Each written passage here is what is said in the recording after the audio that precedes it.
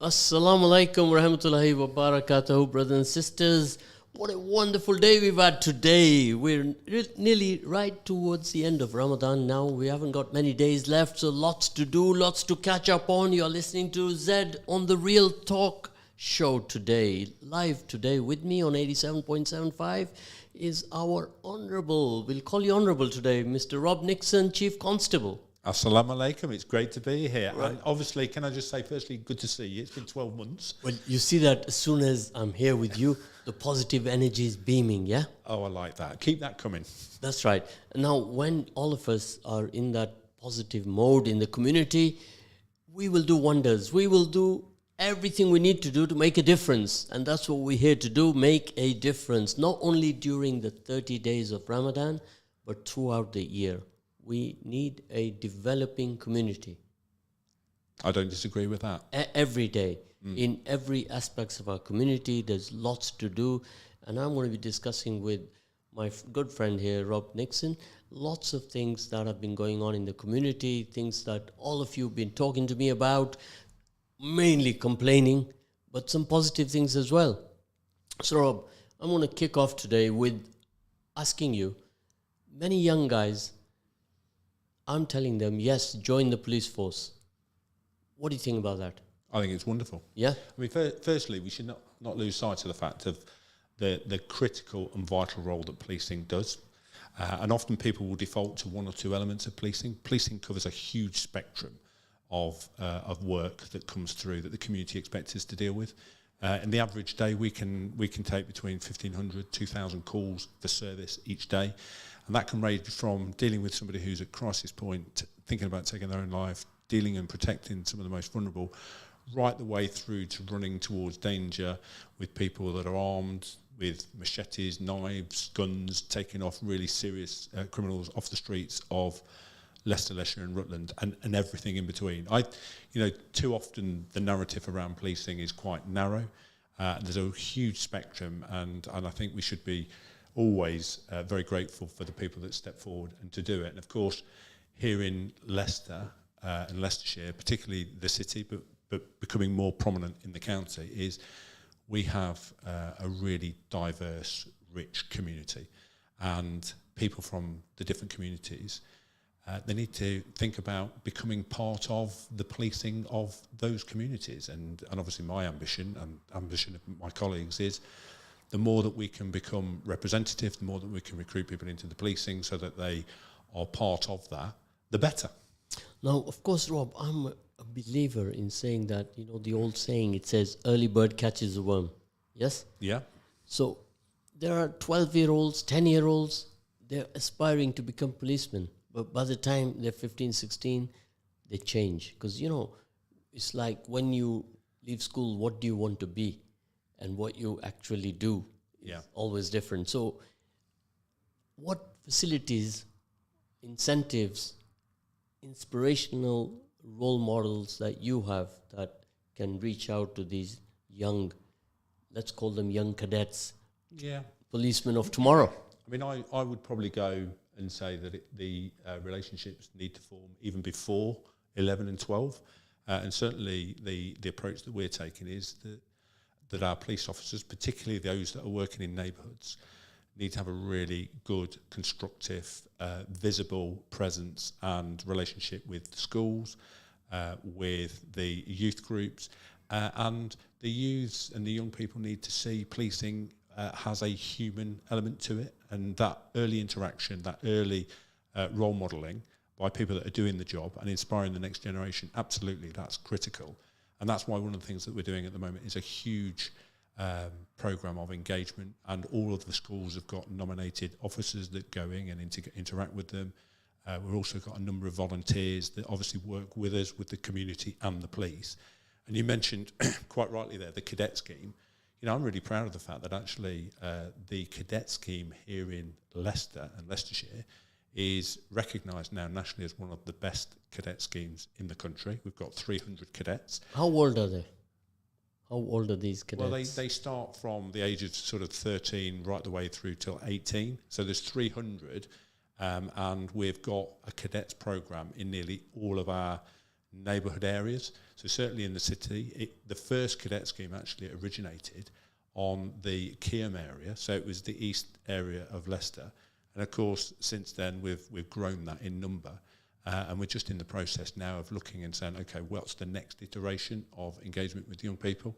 But all of those that join our cadet scheme, they get support not only around life skills, they also get support to do things like Duke of Edinburgh's, they do sports, they do exchange programs with other countries. So there's quite a big investment in young people. Now, these are volunteers, aren't they?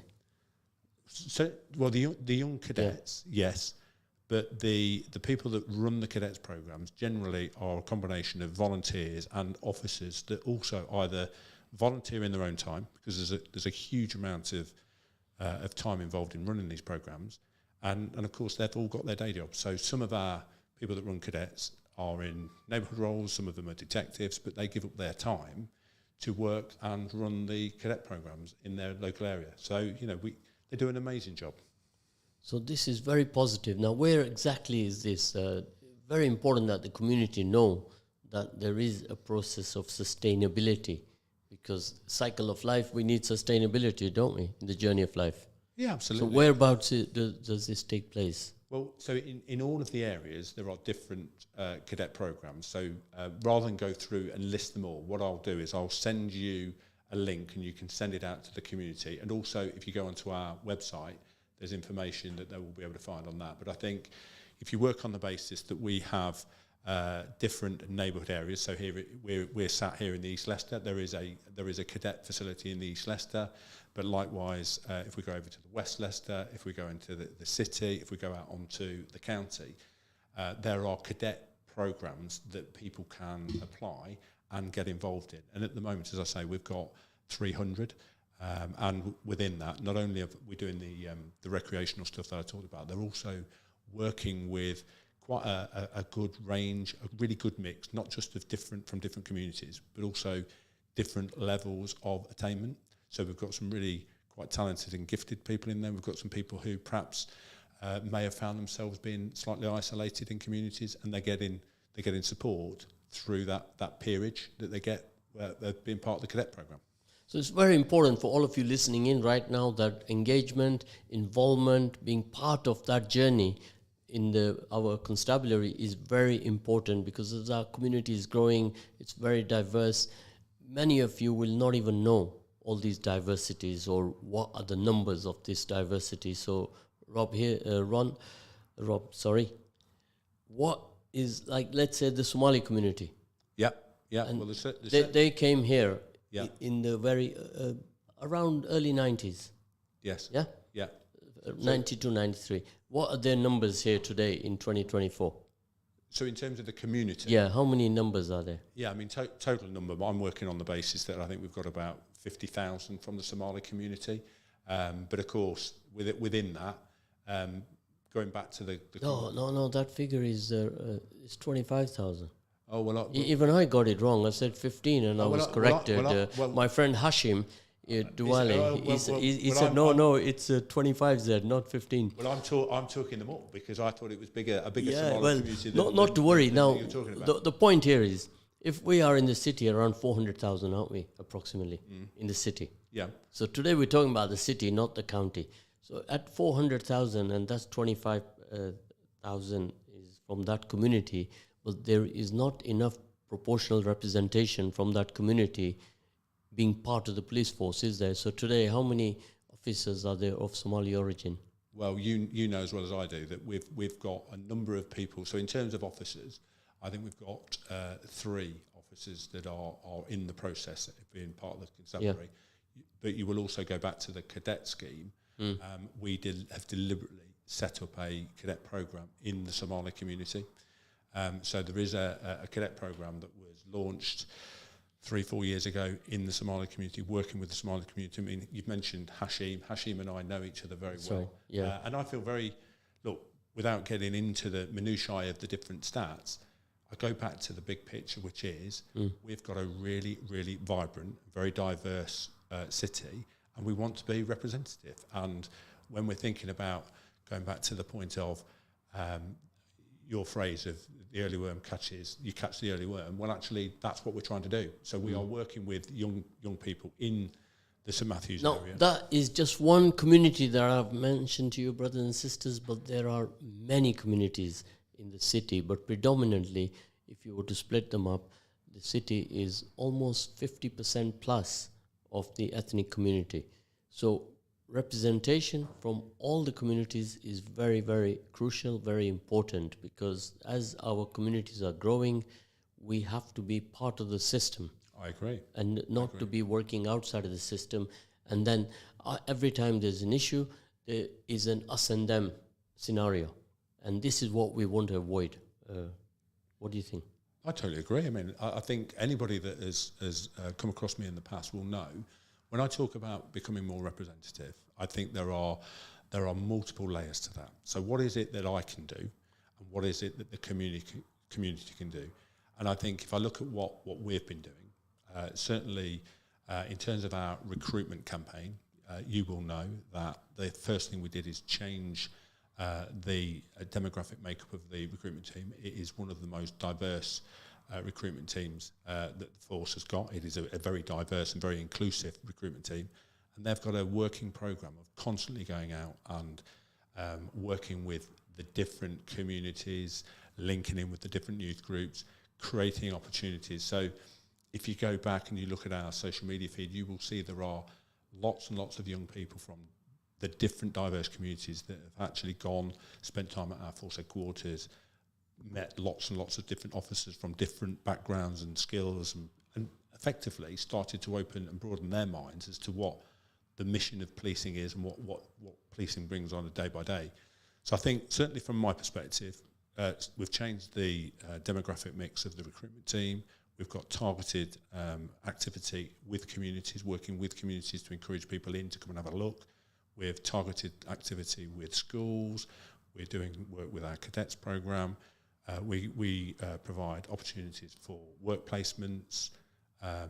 So there's a huge momentum to try and create opportunities for people to come and see policing. The challenge, I would say, is you talked about an age group earlier, and that age group, I think, we've got to recognise the fact that actually there is a sense across not just Leicester but across the UK of people finding themselves, finding a voice, a sense of anti-establishment. So people recognising the role they can play and the importance of that infrastructure, the importance of good quality public services. I think, I need the community support. I need your support to actually say, this is important. These people do a really, really vital and critical job. And I think we live in a world now where it's really easy to be critical rather than to step back and go, what would it look like without it? And actually, what do we want it to be? And then become part of the solution rather than standing on the touchline being critical. Turn around and say, okay, we have a unique opportunity in Leicester because of the diverse nature of the communities. Now, we either embrace that, celebrate it, and the communities want the public services to be representative of them. But to do that, they've got to step forward, they've got to put themselves into those roles, and they're difficult roles. And I think that's the challenge.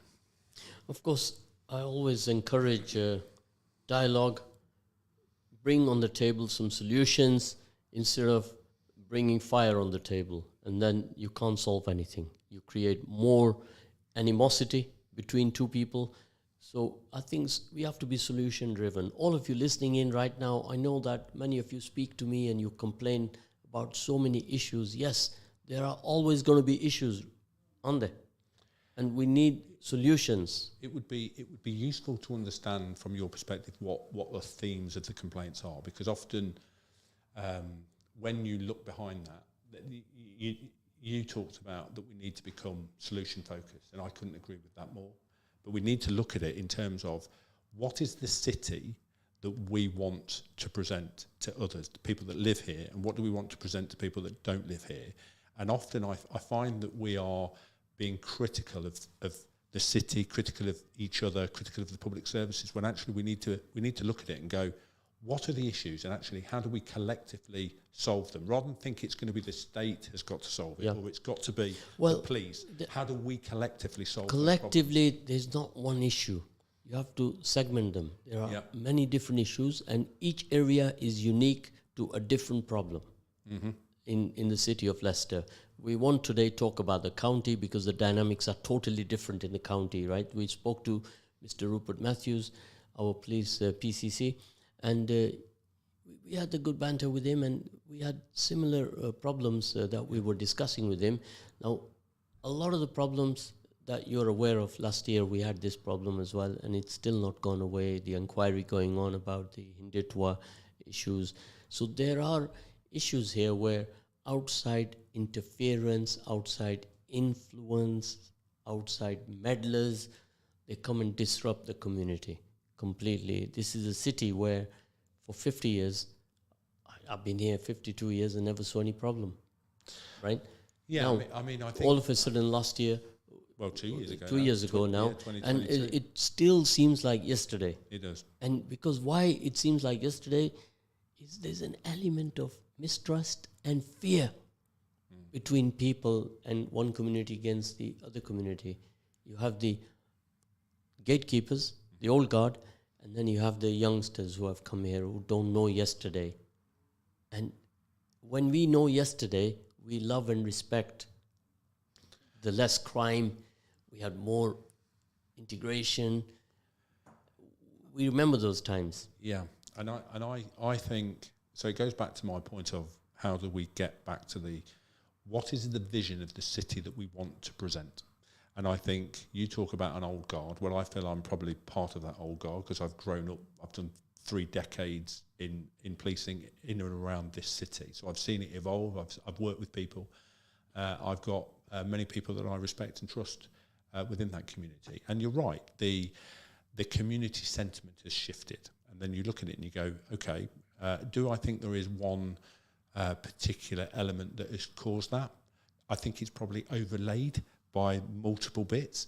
So has the actual physical makeup of the community shifted? I think it would be fair to say that we have the demographic makeup of the city has shifted through various different reasons, but you could argue that we have taken on or received quite a lot of migrants from different parts of the world. But actually, if you go back decades ago, that's no different to what has happened here in Leicester. So Leicester is as rich in diversity as it is now because people have come here from different locations. So the fact that we've seen an influx in terms of people arriving is not something which is new to Leicester. No, not at all. It's, I would say, let's really count it from the 50s, 1950s onwards. After 45, the Second World War ended, and we were more busy with recovering from that. And thereafter, many labor shortages, many reasons, migrants were coming over from the West Indies, from Caribbean.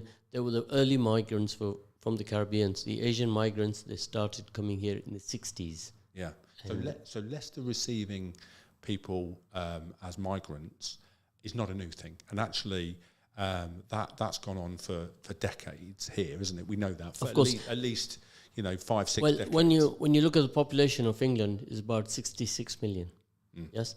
And out of that, the migrant community would total around a figure of 6 to 7 million.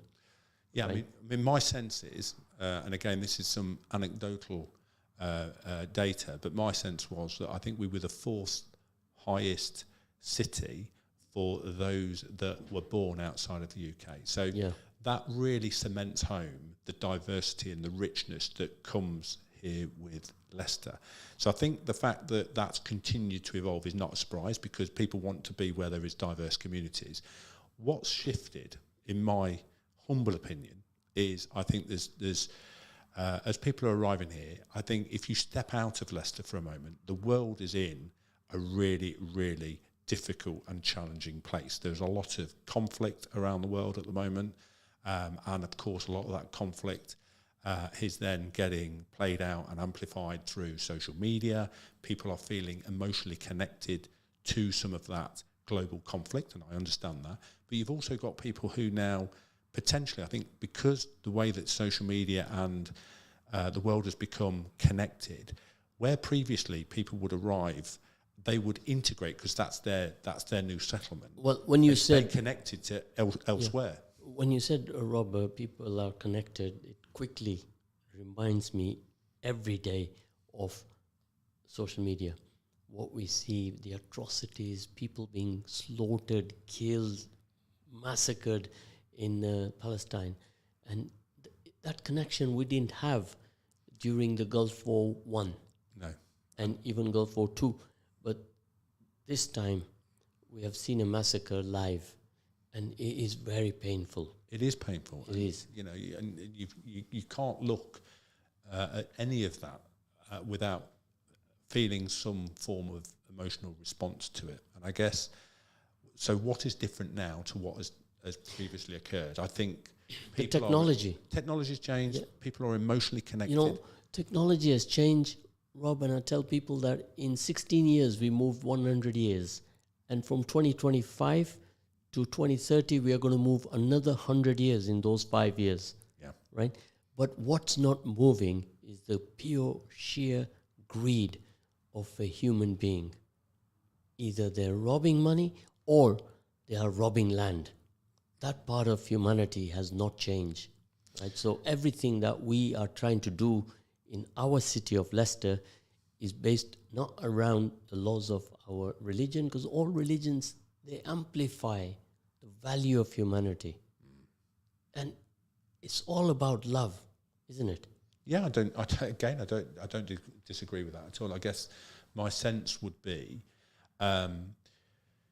you see the atrocities that are going on around the world, and it's how you can play your part in that. Now, what we see is that people will react emotionally here, and then immediately that can lead to directed hostility towards people from different communities. Now, bearing in mind, this conflict might be happening at different parts of the world. That's right, yeah.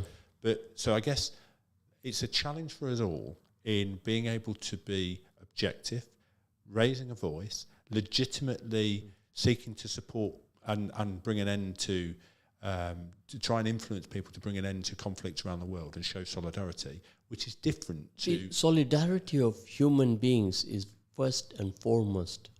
That comes first. Solidarity of human beings, not solidarity of one country and not the other. I agree. So if we all are on that same page, we're on the way to recovery. And this is something we have to teach from infancy, right? So here's the question I've got. Are we on that same page? No, not at all. And because we are not on that same page, conflicts in another country, they come here right at our doorstep on Evington Road, on all our main roads. Every inner city in England has 5 big main roads where all the activity stems from. And then alongside those main roads is the offshoots of all the accommodations. So most of the inner cities are designed like that by social design from not last week, but from 100 years ago. And there before that, the medieval England time, and long time ago, before that was the Romans were here in this city. So I guess the challenge for us, and again, you'll get a sense of where I'm coming from, is if we go back to what's the type of city that we want, how do we want people to coexist, integrate, respect, promote different faith, different culture, inclusivity, we have a massive opportunity here in the city because our starting point is it's so rich.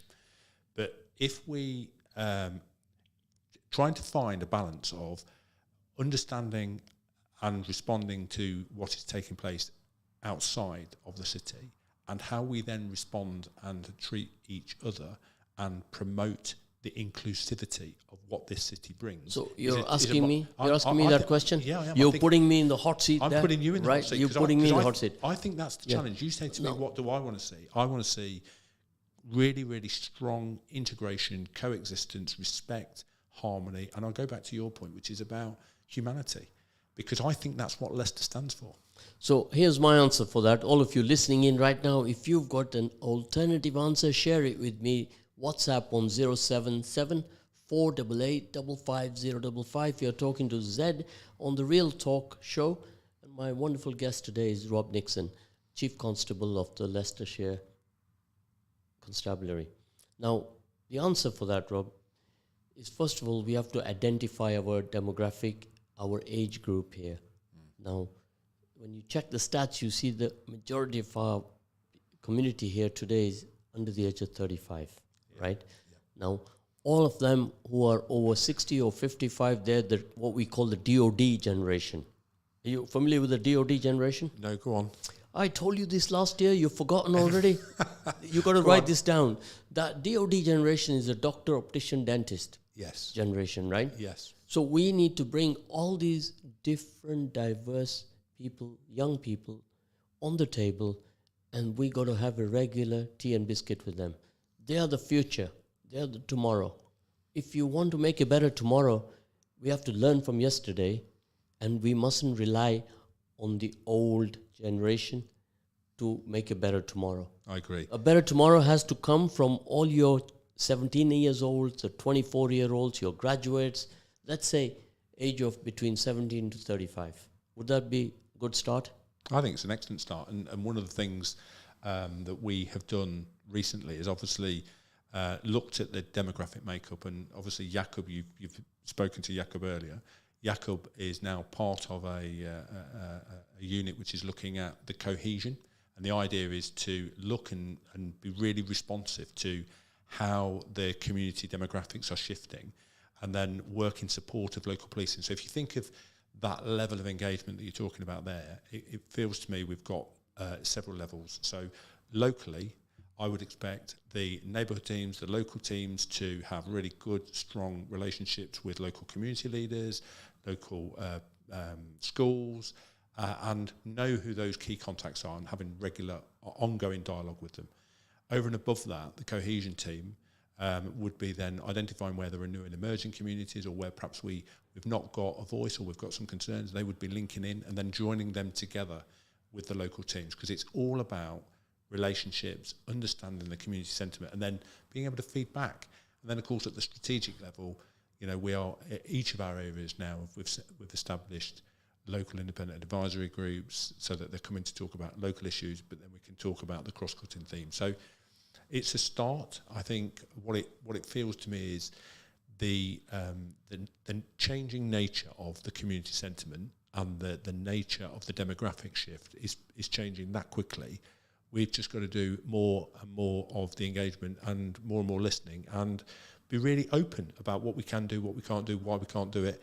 But the biggest challenge in this space, I think, is misinformation, social media, and you will recognise there are also those that quite like to cause mischief, and those that like to cause mischief at the moment through the use of social media or misinformation, it can be quite easy to cause anxiety and fear within communities.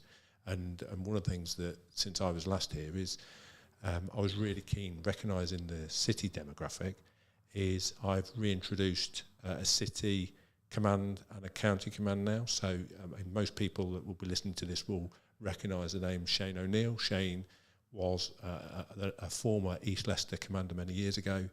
And I just think it's all about having connected leadership at every level in policing, but connected with the community and connected with the workforce. Now, I want to share with you one of the issues that are prevalent in our community.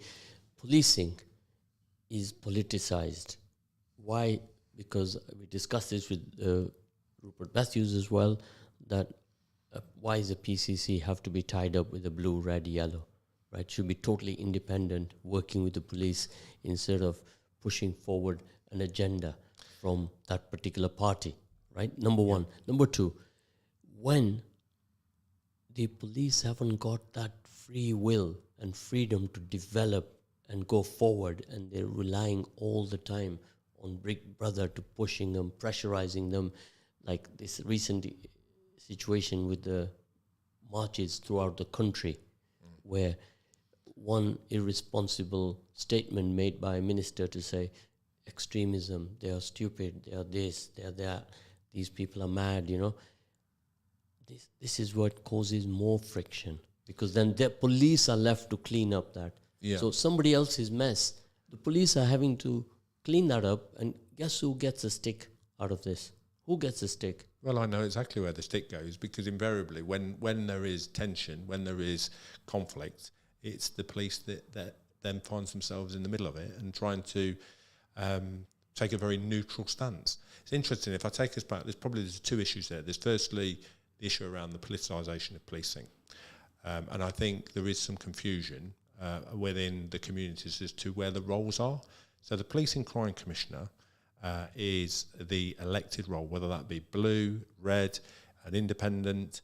That role effectively receives the budget. It will do consultation with the public, and it will devise a policing crime plan. What I then need to do is overlay that policing crime plan with what I already know. I have to overlay it with the strategic policing requirements, because clearly not all of the things that come into the policing crime plan are aligned with the strategic policing requirements, for example. So I need to mesh together the policing crime plan that's been developed by the Policing Crime Commissioner, overlay it with what is a strategic policing requirement. Then we have discussions about the budget allocation, and then I'm responsible for the operational delivery. So I think the communities, I think the way that the narrative often gets played through is, I think the community might be under the impression that Policing Crime Commissioners direct policing. I cannot tell you any stronger, I do not get directed by Rupert Matthews. Rupert Matthews will set the policing crime plan. He will hold me to account on behalf of the communities for delivery against the plan, against good quality performance. But the operational independence of the Chief Constable, so operational matters and the direction of the force is driven by me. So there is not a blue-red influence in what policing's doing. The Policing Crime Commissioner gets elected on that, but the operational independence still sits with the force. See, what the complexity here is that when a PCC is elected, there are blue, red and yellow. Yep. Yes? Yeah. Now, predominantly what happens is the people who vote blue, they're going to go for the blue. They're not going to go selection based on merit. Because not enough people know about the role of the PCC. Yes. So what happens is when you look at Leicester City and Leicestershire, you're on a losing wicket, because the majority of the blue traditionally is in Leicestershire. So before you open your eyes, you already know that there's a 90%, 80% chance that a blue will be a PCC. So this is an argument we have regularly. But we'll put that aside for another day, right? But I'm going to move on to... Could I just offer some reassurance to your listeners? Because, so accepting whether there's blue or red, I have to look at what is the threat and risk. So I go back to the delivery of the policing crime plan, because clearly that has been developed in consultation with the public. So I need to take cognizance of that. But I also have quite a good feed from the communities directly, overlaid it with a strategic policing requirement. And then we do an exercise every year, which is around developing our force management statement. And that looks at what shifted externally, internally, what new capabilities we need to set up as a force. And as a consequence of that, that sets the strategic direction for what I need to do in force. So I just want to reassure the listeners that actually the driving force here is about protecting the public, making sure that policing delivers the best possible service it can do. Yeah. And certainly we're not getting directed on a day-by-day basis by whichever politician is elected. That's very important. Now, we also discuss with Rupert the issue. Our mantra here is KIP, knowledge is power. And I asked him the question that I visit police summits. I'm not a policeman. I visit there to learn about toolkits, learn about technology. Yep. You learn a lot, just one walk around. Yep. And his answer to me was that there isn't a budget to do that. It means police summit could be anywhere in Europe or it could be anywhere else in the world. Yeah. Right. Okay. And if there's no budget for that, but there must be allocation for that. I'd love to take two chaps from your up and coming young team to these summits to show them that, look, Go see how other countries are doing it. Go look at the technology they've got and let's bring it here. Yeah, I mean, what I would say is, I think, so in terms of science and technology and innovation, there is an international policing conference that takes place that policing has representation on it. We have, so if I put my national head on, so every chief will have a national portfolio. So I lead nationally for criminal justice. And as you can imagine, I'm trying to get innovation, not just in that space, but trying to bring innovation into the force for obvious reasons. We have a science and technology committee. On that, there is a chief scientific advisor. So we've got links in with the international policing community, certainly the national policing community. And in terms of, so if you overlaid it with your business, for example, you would have a budget that was allocated for R&D. So at a national level, there is some development around R&D, technology, science and technology, and how we might overlay it. There is ongoing discussions about how we can accelerate that, because, of course, one of the big strategic challenges for policing is the pace of technology is, faster than it's ever been. And actually, I can't. We said that earlier on. And it's not going to slow down, is it? So I no, guess not at all. We either change and go with it, or we will rapidly fall behind the curve. And sadly, in order to provide a good quality of service for the public, we need to be at the front of the curve, because the criminals will be at the front of the curve. So very quickly, I'm going to read this long message. LCSCIC, good quality public sector is vital. We agree on that. And to bring about solutions from all different age groups, we agree on that, where they can be confident and break barriers and have a clear sense of belonging, community intervention with a solid ethos of community resolutions. This message looks like somebody was writing it this morning. Resolutions in a way forward. But this has to be from communities where the trust could be built between the local authorities, and this includes the police. Social media, Twitter, TikTok, Insta. Only you've missed out so many other social media sites that you have not detailed there, but is now playing a much greater part in showing the conflicts around the globe. The challenge can be justified with fairness and equality. Yes? Yeah, I mean, I don't disagree with it. And I think in a world where the pace is so rapid, so just take the current criminal justice system, for example. Our demand is going up 10, 20% year on year. Our resourcing, so as I sit here, I've got less officers than I had in 2010. But what has shifted? What's shifted is we've had a massive technological explosion. We've seen a real rapid rise in the global to local, the international influence. We've seen a huge rise in new and emerging crime types.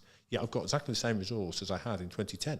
And in fact, I've actually got a workforce now which is slightly more inexperienced than I had in 2010, because austerity took us down, now we've come back up. Yeah, no, one of the matters of concern, there's a lot of mental health throughout the community. And if we look at the sector of the police force, they go through tremendous amount of stress. And I would be interested to see that how many of them go off sick due to stress. Even in our city of Leicester, we focus on. Yeah. And these are a lot of leaks in that pipeline. There is a lot of leaks, and this is one of them that we need to fix. Yeah, I mean, there's two issues there. Let me deal with the mental health externally, then I'll come to the mental health impact on policing, and then I'll come back to the community resolution piece. So mental health externally, yes, we're seeing a huge increase in that. I mean, I was talking just this morning with senior executive level across the different health sectors, mental health, their capacity, the demand is outstripping their capacity. The knock-on effect of that is that people are finding themselves requiring support, and they're struggling to get access to the support. Well, invariably, what does that mean? It either means they continue to escalate and get to crisis point when, sadly, we end up getting involved in it, or people are trying to access mental health provision via the police. And, of course, you may have heard that at the moment, nationally and locally, we're sort of saying, look, policing is not the right response to people that have got mental health issues. They need mental health care.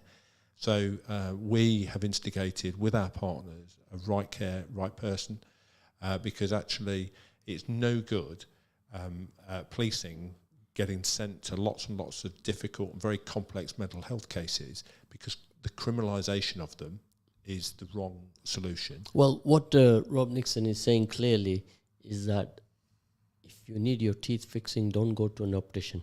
Absolutely. Right? That is as simple that's a as very that. good analogy. Yeah. Yeah. So I like to keep it simple here, Rob, for our listeners. You know, Yeah. they don't have the level of concentration and focus to understand a long story. They like it simple, Yes. straight to the point. We like simple. Yeah. So now we have got little time now. I'm going to talk to you about the issues we have on Evington Road, for which all the traders get blamed.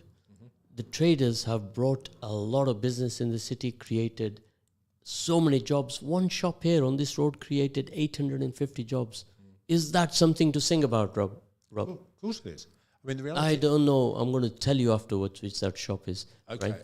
Well, I mean, bearing in mind, I don't know what business, but anybody, I always admire people that set up a business and create opportunity for other people that live in that community. So if somebody's come and they've created, did you say 800 jobs? 850. 850 in the jobs. country. Yeah. Well, if that person has created an opportunity for 850 people to receive a wage, work for a decent living to support their family, then you have to admire, because that doesn't happen without hard work and commitment. Now that becomes a focal point of this road that has to be preserved. On the back of that, 5-6 other shops came. They started on this road and they are national now, and they likewise have created many, many jobs.